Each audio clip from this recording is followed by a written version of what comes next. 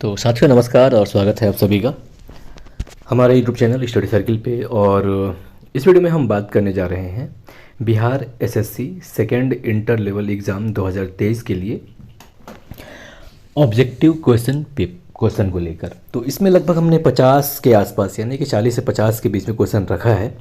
और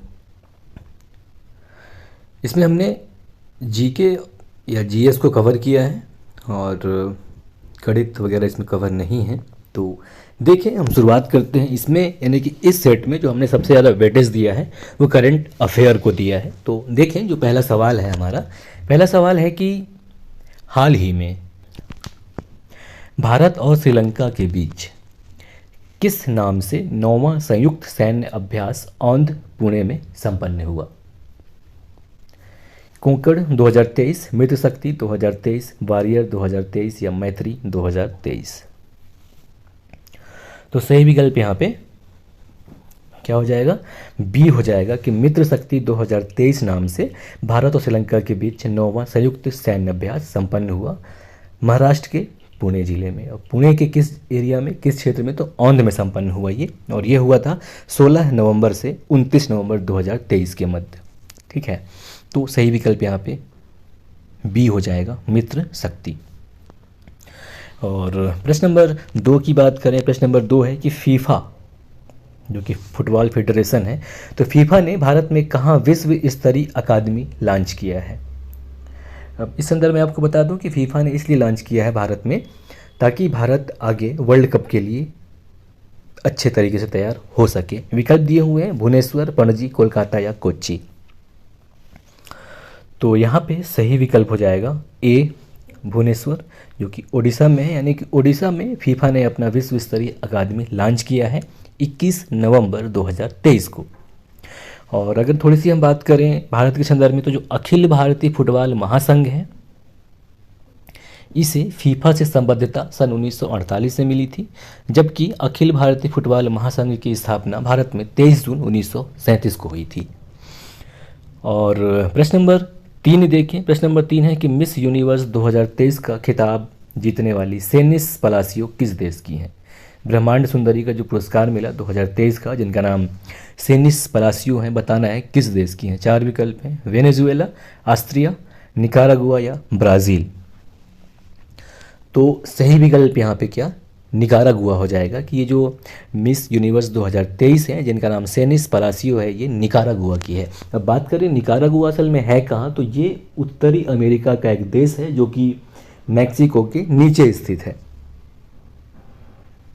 वहाँ की है निकारागुआ की। और जो सेकेंड नंबर पे मिस यूनिवर्स रही, उनका नाम था एंटोनिया पोर्सेल्ट, जो कि थाईलैंड की हैं। और प्रश्न नंबर 4 देखें, प्रश्न नंबर 4 है कि माउंट एवरेस्ट के सामने से 21,500 फुट की ऊंचाई से छलांग लगाने वाली दुनिया की पहली महिला कौन बनी है?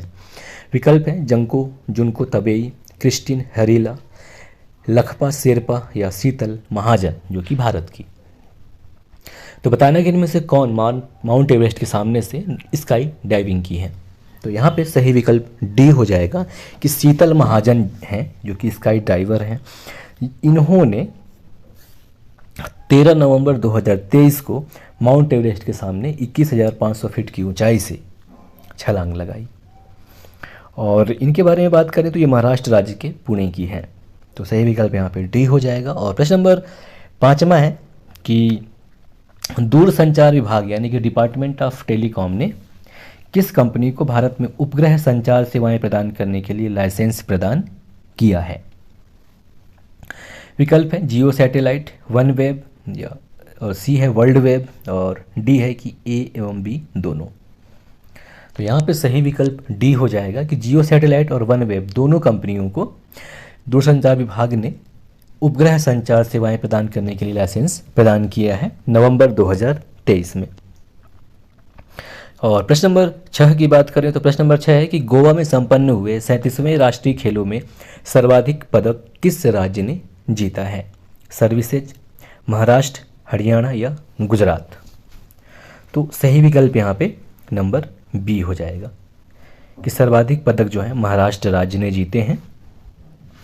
महाराष्ट्र ये जो 37वां राष्ट्रीय खेल हुआ है ये जो गोवा के पंडित जवाहरलाल नेहरू स्टेडियम में संपन्न हुआ, वहाँ प्रथम स्थान पर महाराष्ट्र रहा, जिसने कुल 228 पदक जीते, जिसमें 80 स्वर्ण पदक शामिल हैं, 69 या 69 रजत पदक शामिल हैं और 79 या 79 कांस्य पदक शामिल हैं। इस प्रकार कुल 228 पदक के साथ जो महाराष्ट्र है प्रथम स्थान पर रहा, जबकि द्वितीय स्थान पर सर्विसेज रहा, जिसने 66 स्वर्ण जीते, 27 रजत पदक और 33 कांस्य पदक, यानी कुल 126 पदक जीतकर तृतीय स्थान पर रहा।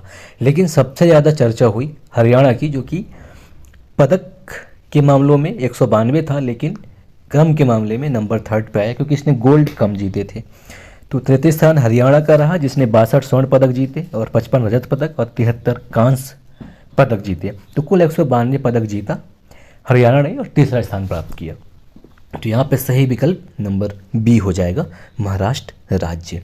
और प्रश्न नंबर 7 है कि टाइम आउट होने वाले पहले बल्लेबाज कौन बने हैं। तो चूंकि ये बिल्कुल हालिया घटना है, ये जो कि वर्ल्ड कप के मैच में आप मैच देखते हो, मैच अगर आप इंटरेस्ट रखते हो तो आपने देखा हो, बड़ा कंट्रोवर्शियल हुआ था, मतलब कि नैतिक तौर पे थोड़ी सी इसको क्रिटिसाइज़ किया गया था। तो यहाँ पे सही विकल्प जो है एंजेलो मैथ्यूज हैं, पहले बल्लेबाज एंजेलो मैथ्यूज हैं, जिन्हों की 6 नवंबर 2023 को मैच चल रहा था बांग्लादेश और श्रीलंका के बीच। तो ये एंजेलो मैथ्यूज बल्लेबाजी करने आए और उनका जो स्ट्रिप था उनके हेलमेट का वो टूट गया, तो उसको सेट करने में उनको दिक्कत हो रहा था, टाइम लगा। इसकी वजह से जो बांग्लादेश के कप्तान है साकिब उल हसन, उन्होंने मांग कर दी और बहुत सारा बात हुआ।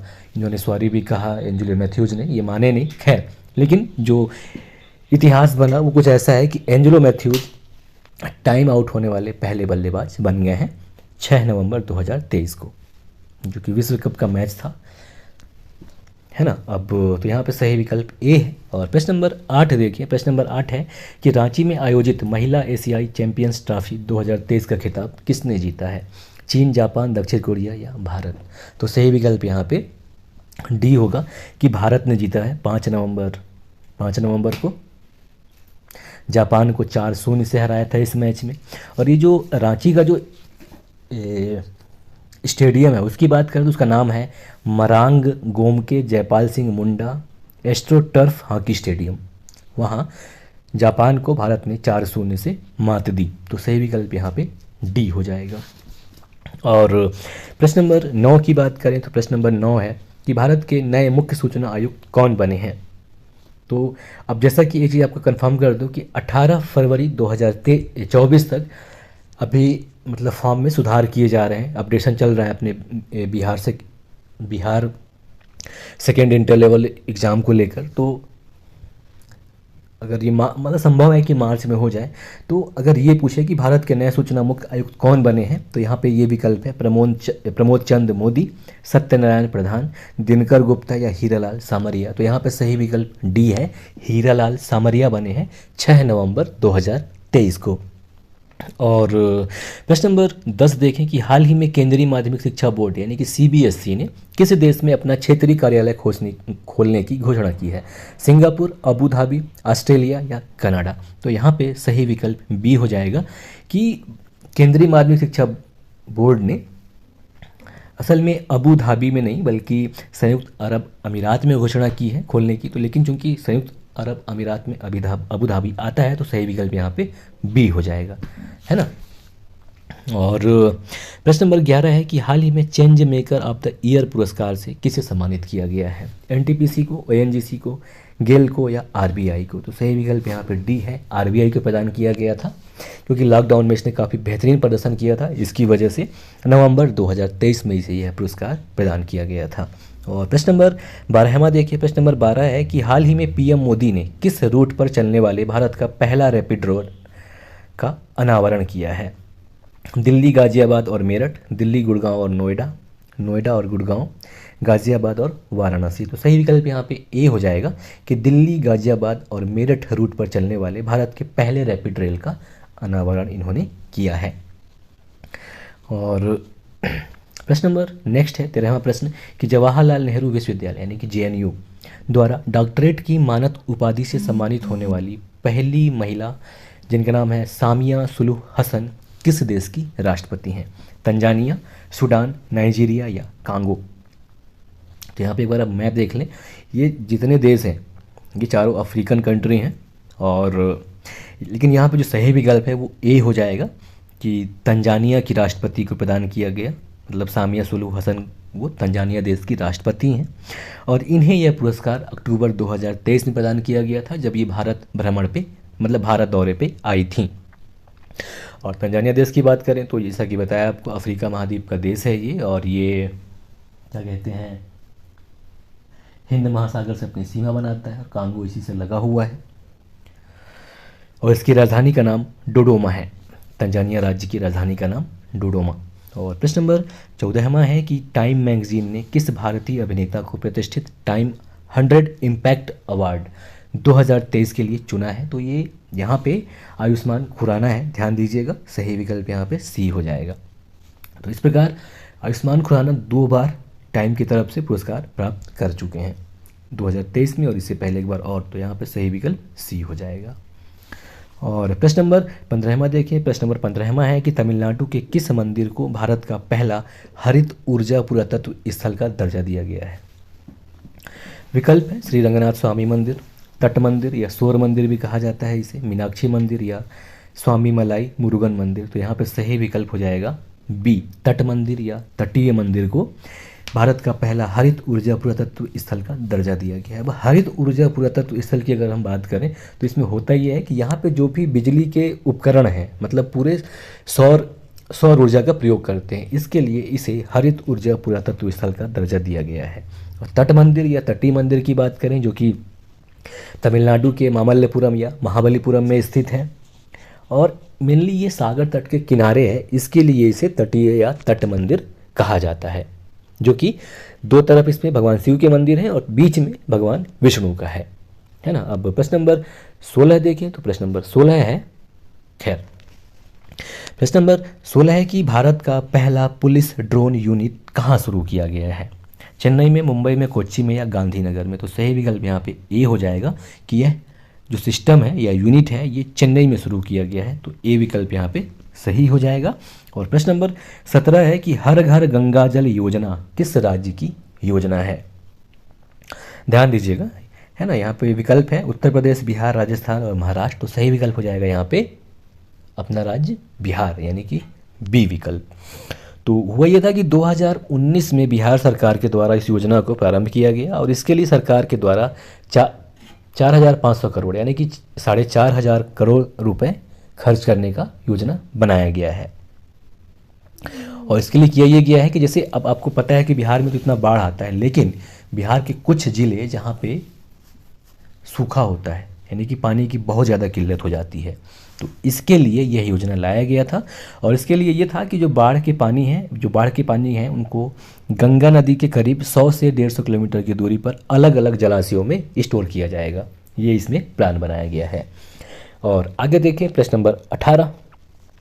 प्रश्न नंबर 18 है कि पटना उच्च न्यायालय की स्थापना कब हुई थी। तो पटना उच्च न्यायालय की स्थापना जो है सन 1916 में हुई थी, है ना। तो सही विकल्प यहाँ पे सी हो जाएगा कि पटना उच्च न्यायालय की स्थापना सन 1916 में हुई थी। और प्रश्न नंबर 19 है कि शैवाल का कवक के साथ सहजीवी संबंध क्या कहलाता है। यानी कि जब शैवाल कवक से जुड़ जाता है तो उसको क्या कहा जाता है। साइनोबैक्टीरिया, माइकोराइजा, लाइकेन या माइकोप्लाज्मा। तो सही विकल्प यहाँ पे क्या हो जाएगा, सी विकल्प, लाइकेन कहलाता है ये। और प्रश्न नंबर 20 है कि राष्ट्रीय खेल दिवस मनाया जाता है, यानी कि राष्ट्रीय खेल दिवस कब मनाया जाता है। 25 अगस्त, 25 सितंबर, 29 अगस्त या 29 सितंबर। तो सही विकल्प यहाँ पे नंबर 3 हो जाएगा कि राष्ट्रीय खेल दिवस जो है 29 अगस्त को मनाया जाता है। और इसी दिन मनाया जाने का कारण ये है कि 29 अगस्त को ही भारत के दिग्गज हॉकी खिलाड़ी जिनका नाम मेजर ध्यानचंद है उनका जन्म हुआ था, तो उनको सम्मान देने के लिए यह राष्ट्रीय खेल दिवस मनाया जाता है। और बात करें तो पहली बार राष्ट्रीय खेल दिवस जो है 29 अगस्त 2012 यानी कि 2010 यानी कि 2012 में मनाया गया। और 2023 का जो राष्ट्रीय खेल दिवस का थीम था उसकी बात करें तो खेल समावेशी और फिट समाज के लिए एक संबल है, ये उदाहरण था, है ना। और अब देखें प्रश्न नंबर 21 को। तो प्रश्न नंबर 21 है कि आइसोस्टैसी शब्द का प्रयोग सबसे पहले किसके द्वारा किया गया था? तो इसे असल में हिंदी में क्या कहते हैं, भू संतुलन या हाँ भू संतुलन कहा जाता है। तो बताना है कि आइसोस्टेसिस शब्द का प्रयोग सबसे पहले किसके द्वारा किया गया था? एरी, प्रैट या प्रॉट, डटन या हटन? तो यहाँ पे जो सही विकल्प है वो सी हो जाएगा कि सी एफ डटन इनका पूरा नाम है, कि सी एफ डटन के द्वारा आइसोस्टेसिस शब्द का प्रयोग किया गया था 1889 में, सॉरी 1889 में, यानी कि 1889 में, 1889 में सी एफ डटन के द्वारा आइसोस्टेसिस शब्द का प्रयोग किया गया था। ये अमेरिकी भूवैज्ञानिक थे। और आइसोस्टेसिस का जैसे कि पहले बताया, इसका मतलब होता है भू संतुलन, यानी कि जो कि भूगोल की एक ऐसी परिकल्पना है जो भूपटल के विभिन्न क्षेत्रों के बीच पाए जाने वाले संतुलन की व्याख्या करता है। यानी कि बताता है कि अगर भू आकृति कहीं ऊंचा है तो कहीं नीचा है, तो इसके बीच जो संतुलन है ये उसकी व्याख्या करता है। तो इसके लिए आइसोस्टेसिस शब्द गढ़ा गया था और जिसे सी एफ डटन के द्वारा 1889 में यह शब्द दिया गया था। तो सही विकल्प यहाँ पे नंबर 3 हो जाएगा। और प्रश्न नंबर 22 को देखें। प्रश्न नंबर 22 है कि मिशन इंद्रधनुष का मुख्य उद्देश्य क्या है? अब देखिए, इंद्रधनुष में क्या है, 7 रंग होते हैं, तो इसके उद्देश्य जो है 7 प्रकार के हैं। हालांकि विकल्प देख लें। पहला है कि शहरी परिवारों को बुनियादी सेवाएं प्रदान करना, या लड़कियों को उच्च तकनीकी शिक्षा के लिए प्रोत्साहित करना, या समान रैंक के लिए समान पेंशन प्रदान करना, या सभी बच्चों और गर्भवती महिलाओं का टीकाकरण। तो यहाँ पे जो सही विकल्प होगा वो नंबर 4 हो जाएगा कि सभी बच्चों और गर्भवती महिलाओं का टीकाकरण मिशन इंद्रधनुष का मुख्य उद्देश्य है। तो सही विकल्प नंबर 4। अब थोड़ी सी बात कर लें मिशन इंद्रधनुष के बारे में। तो ये जो मिशन इंद्रधनुष है, इसे भारत सरकार के केंद्रीय स्वास्थ्य मंत्रालय के द्वारा 25 दिसंबर 2014 को प्रारंभ किया गया था। और 25 दिसंबर को क्या है, सुशासन दिवस होता है, तो उसी दिन इसे प्रारंभ किया गया था। इसके अलावा मिशन इंद्रधनुष का संबंध जो है बैंक से भी है। ध्यान दीजिएगा कि बैंक के लिए मिशन इंद्रधनुष वर्ष 2015 में भारत सरकार के वित्त मंत्रालय के द्वारा प्रारंभ किया गया था, जो कि एक 7 सूत्री कार्यक्रम है जो कि सार्वजनिक देश क्षेत्र के बैंकों के सामने जो चुनौतियां आती हैं उनको समाधान करने का प्रावधान करता है। तो मिशन इंद्रधनुष जो है बैंक से भी संबंधित है और महिलाओं और बच्चों और गर्भवती महिलाओं के टीकाकरण से भी संबंधित है। तो ये चीज़ आप ध्यान रखिएगा, ठीक है। अब आगे चलते हैं प्रश्न नंबर 23 की तरफ। तो प्रश्न नंबर 23 है कि अंतरिक्ष यात्रियों के द्वारा भोजन के पूरक के रूप में, यानी कि सब्स्टिट्यूट या सब्सिडरी के रूप में उपयोग किए जाने वाला जो शैवाल है उसका नाम क्या है, ये आपको बताना है। विकल्प है क्लोरेला, वॉलवॉक्स, पॉलिसिफोनिया या गैलेडियम। तो यहाँ पे सही विकल्प नंबर 1 हो जाएगा कि क्लोरेला शैवाल जो है ये अंतरिक्ष यात्रियों के द्वारा भोजन के पूरक के रूप में उपयोग किया जाता है। तो ये असल में क्या है, ये ग्रीन एल्गी है या हरा शैवाल होता है जो कि प्रोटीन का एक अच्छा स्रोत है, इसलिए इसका उपयोग किया जाता है। तो सही विकल्प यहाँ पे नंबर 1 हो जाएगा। और प्रश्न नंबर 24 है कि भारत के संविधान का कौन सा अनुच्छेद राष्ट्रपति या उपराष्ट्रपति के चुनाव से संबंधित संदेहों और विवादों के निर्धारण से संबंधित है। यानी कि जब राष्ट्रपति या उपराष्ट्रपति के चुनाव में जब कुछ विवाद होता है तो उसके लिए भारतीय संविधान का कौन सा अनुच्छेद व्यवस्था करता है? अनुच्छेद 81, अनुच्छेद 71, अनुच्छेद 61 या अनुच्छेद 91। तो सही विकल्प यहाँ पे नंबर बी हो जाएगा कि अनुच्छेद 71 जो है राष्ट्रपति या उपराष्ट्रपति के चुनाव से संबंधित संदेहों और विवादों के निर्धारण से संबंधित है। जबकि अनुच्छेद 81 की अगर हम बात करें तो यह लोकसभा की संरचना बताता है। और 61 की बात करें तो राष्ट्रपति पर महाभियोग चलाने की प्रक्रिया के बारे में वर्णन करता है अनुच्छेद 61। और प्रश्न नंबर 25 की बात करें तो प्रश्न नंबर 25 है कि बेटी बचाओ बेटी पढ़ाओ योजना कब प्रारंभ की गई थी? 2014 में, 2016 में, 2019 में या 2015 में? तो यह योजना सन 2015 में प्रारंभ की गई थी। महिला एवं बाल विकास मंत्रालय, स्वास्थ्य मंत्रालय और परिवार कल्याण मंत्रालय की एक संयुक्त पहल के रूप में। तो सही विकल्प यहाँ पे नंबर 4 हो जाएगा। और प्रश्न नंबर 26 देखें। प्रश्न नंबर 26 है कि जगदीशपुर जो कि बिहार में है, 1857 के विद्रोह का नेता कौन था? नाना साहेब, कुंवर सिंह, ठाकुर कुशाल सिंह या रानी लक्ष्मीबाई? तो ये आपको बिल्कुल पता होना चाहिए, कुंवर सिंह साहब थे। तो सही विकल्प यहाँ पे नंबर 2 हो जाएगा।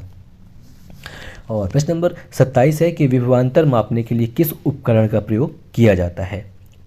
एनीमोमीटर, गैल्वेनोमीटर, अमीटर या वोल्टमीटर। तो सही विकल्प यहाँ पे नंबर 4 हो जाएगा कि वोल्टमीटर से विभवांतर मापा जाता है। और प्रश्न नंबर 28 है कि राष्ट्रीय बीज निगम की स्थापना किस वर्ष में की गई थी? यानी कि नेशनल सीड कॉरपोरेशन की स्थापना किस वर्ष में की गई थी? 1960 में, 1961 में, 1963 में या 1965 में?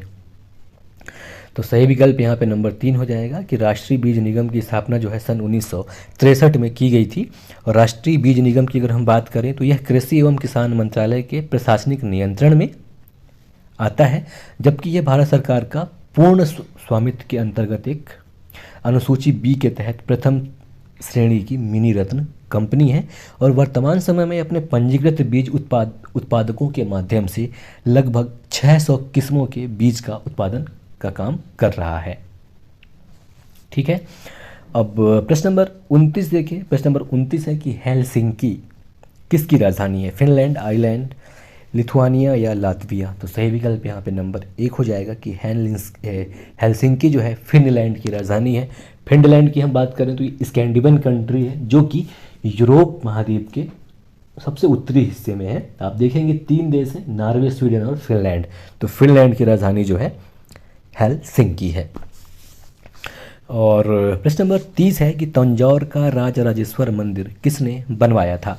राजराज प्रथम ने, राजराज द्वितीय ने, राजेंद्र प्रथम ने या राजेंद्र द्वितीय ने? तो सही विकल्प यहाँ पे नंबर 1 हो जाएगा कि तंजौर का राजराजेश्वर मंदिर जो है राजराज प्रथम ने बनवाया था। और राजराज प्रथम की बात करें तो ये चोल शासक था और यह मंदिर सन 1010 ईस्वी में बनकर तैयार हुआ था और इसे बृहदेश्वर मंदिर के नाम से भी जाना जाता है। और यह ऐसा मंदिर है जो पूर्णतः ग्रेनाइट से बना हुआ है।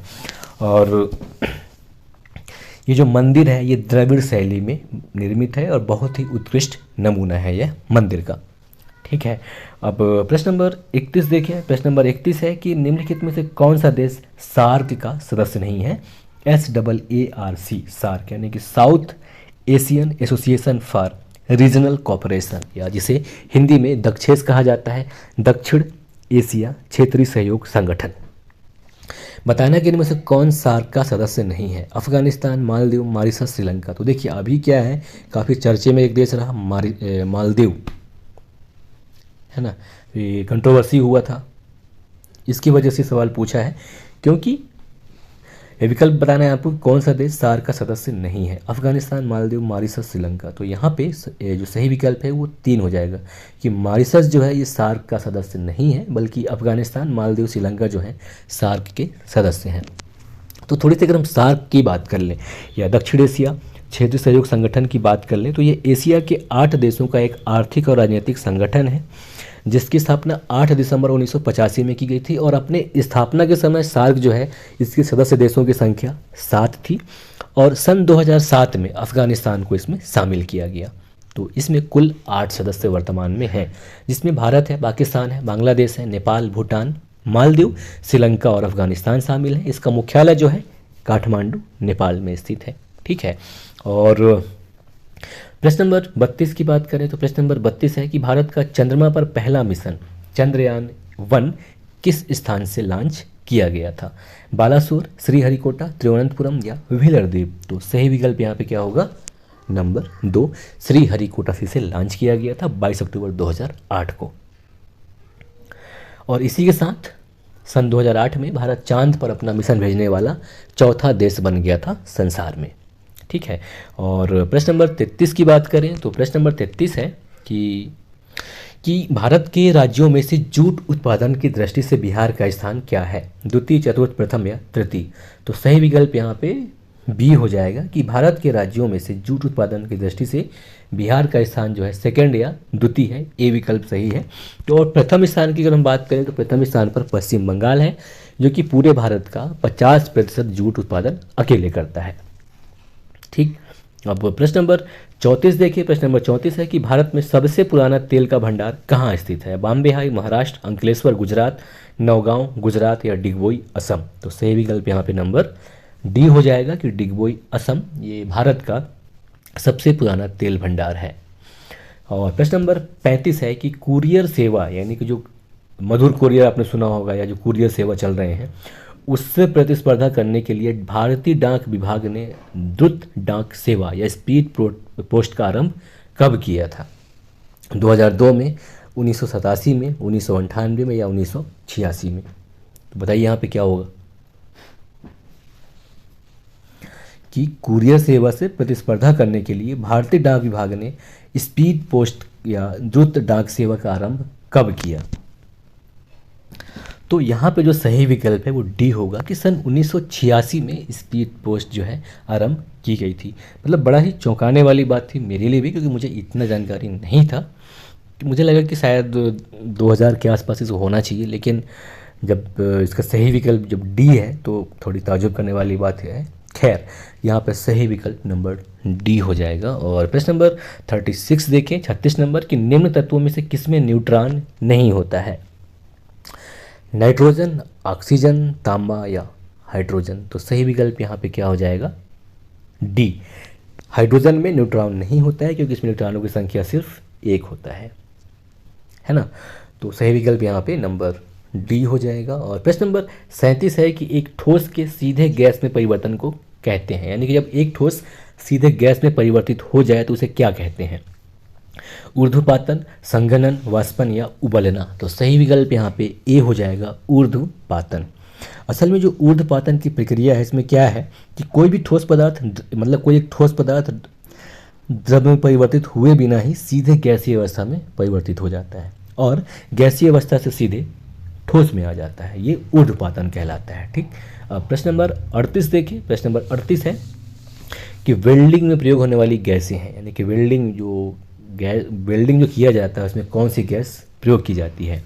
ऑक्सीजन तथा हाइड्रोजन, ऑक्सीजन तथा नाइट्रोजन, ऑक्सीजन तथा एसिटिलीन और हाइड्रोजन तथा एसिटिलीन? तो यहाँ पे सही विकल्प क्या होगा? सी विकल्प हो जाएगा कि ऑक्सीजन तथा एसिटिलीन जो है वेल्डिंग में प्रयोग होने वाली गैसें हैं। तो वेल्डिंग यानी कि हम सामान्यतः वही वेल्डिंग जो आपने देखा होगा दुकानों में कि लोहा को जोड़ा जाता है और एक आदमी चश्मा लगाते हैं और कुछ ऐसा लेके वो चल रहा है, बहुत भयंकर लाइट निकलता है जिससे, तो वही है ये। तो असल में इसे ऑक्सी एसिटिलीन भी बोला जाता है शॉर्ट रूप में, यानी कि ऑक्सीजन तथा एसिटिलीन गैस का जो है प्रयोग करके वेल्डिंग किया जाता है लोहे में। मतलब सामान्य रूप में इसे ऑक्सी एसिटिलीन के नाम से जाना जाता है, जो कि सबसे प्रचलित विधि है। जैसे लोहा जोड़ देता है, जब खिड़की आपके घर में अगर नुकसान हो तो है ना, जो वेल्डिंग करा के ले आना यार, कुछ भी लोहे का टूट गया तो वेल्डिंग, तो उसी वेल्डिंग में जो आपने देखा होगा दुकानों में करते हुए ऑक्सी एसिटिलीन गैस का प्रयोग किया जाता है, यानी कि ऑक्सीजन और एसिटिलीन। तो सही विकल्प यहाँ पे सी हो जाएगा। और प्रश्न नंबर 39 है कि इलेक्ट्रोएन्सेफेलोग्राम या ईईजी इससे किसकी निगरानी के लिए उपयोग किया जाता है? हृदय, मतलब इसका दिल का जांच किया जाता है, यकृत का किया जाता है, अग्नाशय का किया जाता है या मस्तिष्क का किया जाता है? तो यहाँ पे सही विकल्प नंबर डी हो जाता है कि ईईजी का प्रयोग जो है या इलेक्ट्रोएन्सेफेलोग्राम का प्रयोग जो है मस्तिष्क के निगरानी के लिए किया जाता है। मतलब आपने अगर हॉलीवुड पिक्चर देखी तो दिखाते हैं ना, बहुत सारे मुंडी में लगा दे रहे हैं चिप वगैरह, तो वो उसी के लिए होता है। तो सही विकल्प यहाँ पे नंबर डी हो जाएगा। और प्रश्न नंबर 40 और अंतिम है, हमने 40 पे ही ख़त्म कर दिया है, 50 नहीं पहुँचे हैं यहाँ पे, अगले वाले वीडियो में ज़रूर जाएंगे। तो 40वां प्रश्न है कि जीवाणु की खोज किसने की? फ्लेमिंग ने, लेम्बल ने, टेमिन ने या ल्यूमेन हॉक ने? थोड़ी ये ल्यूमेन हुक हो गया, समझ लीजिएगा इसको, ल्यूमेन हॉक है असल में ये। तो जीवाणु की खोज जो है ल्यूमेन हॉक के द्वारा की गई थी, जिनका पूरा नाम है एंटोनी वैन ल्यूवेनहॉक। इनके द्वारा जीवाणु की खोज की गई थी सन 1676 ईस्वी में, यानी कि आज से 400 साल पहले लगभग। इतना समय पहले इन्होंने जीवाणु की खोज कर दी थी और इन्हें सूक्ष्म जीव विज्ञान के जनक के रूप में जाना जाता है। तो साथियों, ये था हमारा बिहार एसएससी इंटर लेवल 2023 के लिए model objective type set. I hope कि ये वीडियो आपके काफ़ी काम आया हो। अगर ऐसा हो तो प्लीज़ ज़रूर चैनल को लाइक करें, सब्सक्राइब करें और शेयर भी करें, और कुछ और अगर चाहिए तो वो भी बताएं। नमस्कार, जय हिंद।